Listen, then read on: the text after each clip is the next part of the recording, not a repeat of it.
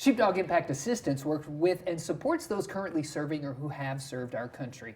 For the third year in a row, Sheepdog Impact Assistance sent members of the team to Africa to climb Mount Kilimanjaro, and a couple of members of that team that summited Kilimanjaro are joining us now. Stu and Jesse, welcome. Hi. Hi, thank you. Yeah, We made it. Yes, you made it.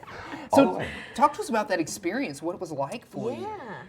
For me, it was the hardest thing I've ever done in my 38 years. So, but also the most rewarding physical experience, I would say. It was amazing. The challenge of it, you know, being that none of us have ever been to the altitude before. You know, the air doesn't work up there. It's 19,341 feet. It's pretty high up. It was a really just absolutely amazing experience. And I couldn't have had a better team to do it with. We just really encouraged each other, uplifted each other, and remembered why we were there. You know, we aren't just doing it for ourselves. We're doing it to inspire people to get off the couch, realize that they have a second mountain out there, that they aren't trying, you know, their service didn't end when they ended being a first responder or military or whatever. At that point, it's your responsibility to then pass the knowledge on to the second generation or other veterans that happen to be struggling and say, your life isn't over. You can continue on. Let's keep going. That's so important. Speaking of that altitude, I know you trained before you went up there, but can anything truly prepare you for being up there where the air is so thin? I would say to a degree. I mean, I think there's a level of, you know, you're at the mercy of the mountain to a degree, right? But we did, you know, we drank, they tell you to drink between 4 and 6 liters of water every single day. Wow. And which was easy for me. I drink a lot of water normally, especially when I'm active. But, you know, we carried our water packs and we walked between 5 and 7 miles every day leading up to the summit.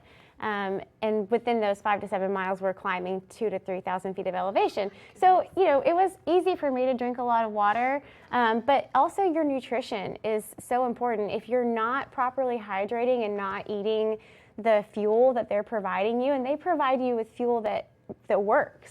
So as long as you kind of follow the guide's instructions, I think you have a much better chance. Good. Yeah. You follow the rules. Follow the rules. Yeah. Train my beforehand. Yeah. I mean, they make it really, really simple. All the food that you eat on the mountain right there was provided by Nyenge Adventures. They grew it right on the farm where you stay. Yeah. You arrive there. It's a little bit like glamping. You know, the nice tents, you have a little water, you have a bed. But, you know, before you go on the mountain. Then once you get on the mountain, it's a little bit different. No more glamping. Okay. No, but they bring all the food and it's absolutely amazing. The porters make your life as easy as you can. I mean, you're still climbing the mountain. Right. But having real food, real nutrition, making sure you're sleeping enough and not pushing the throttle. You're climbing almost 13,000 feet. So it's the highest freestanding mountain in the world. So it's like other mountains start a lot higher and go a lot higher, but we start at 6,000 feet and we finish at 19,341 feet. So it's like 13,000 feet. That's crazy. So crazy. Yeah. Now, right now, some of your team is currently helping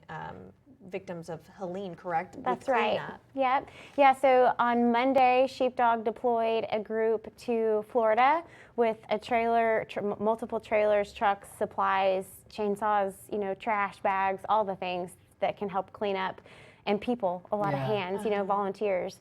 And then that group will come back, basically reload, and then they're sending another wave, a larger deployment to North Carolina. So just yesterday I was talking with a handful of clients, business partners that I work with, brands in Northwest Arkansas, who are rallying to send hygiene products and things like that. Well, thank you guys for filling us in. Thank you for the efforts that you do helping with Helene. And one of our congratulations. climbers was actually in Hendersonville. Yeah. And he's Currently. a first responder in Hendersonville, and they're about to send him out on a 4-day mission into the mountains to go help rescue people and do stuff like that. Doing amazing things. Absolutely. Yeah. Well, thank you both. Yes. Thank you very much.